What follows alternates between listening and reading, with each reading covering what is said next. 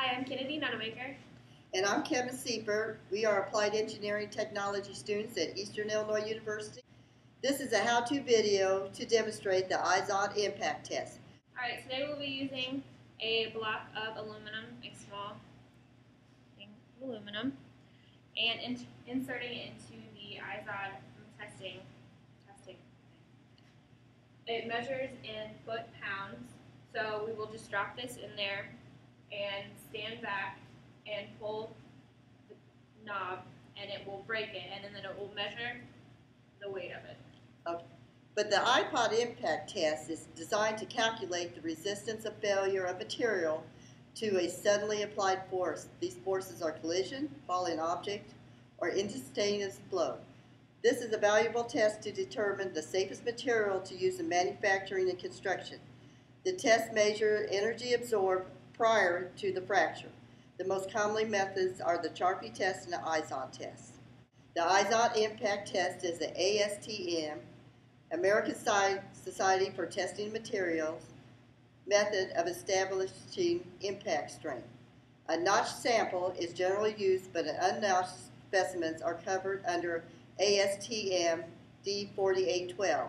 Notched materials are reported under ASTM D246. This test is usually done on plastics, but can be utilized for other materials such as aluminum. The Izod test is used in quality assurance applications to evaluate relative or impact toughness of the material.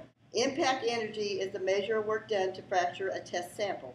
An arm is held at a specific height, constant potential energy, and released. A specimen is usually notched. When the striker impacts the test sample, the specimen will absorb the energy at the notch, and it becomes deformed. It continues to absorb energy and hardens at the notch. The sample breaks once it cannot absorb any more energy. Strikers come in different sizes to establish the impact energy, starting with the smaller strikers and increasing the size until material breaks. Sure. Obviously today we'll be working in a fairly stable condition with like your average room temperature. You'll notice that on the Izod testing machine that the 0 point starts further back than for the Charpy tension test, which is kind of interesting.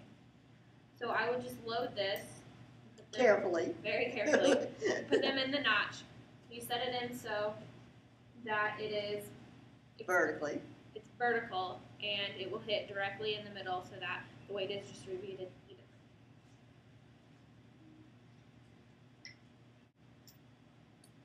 Okay. And then we release the pendulum.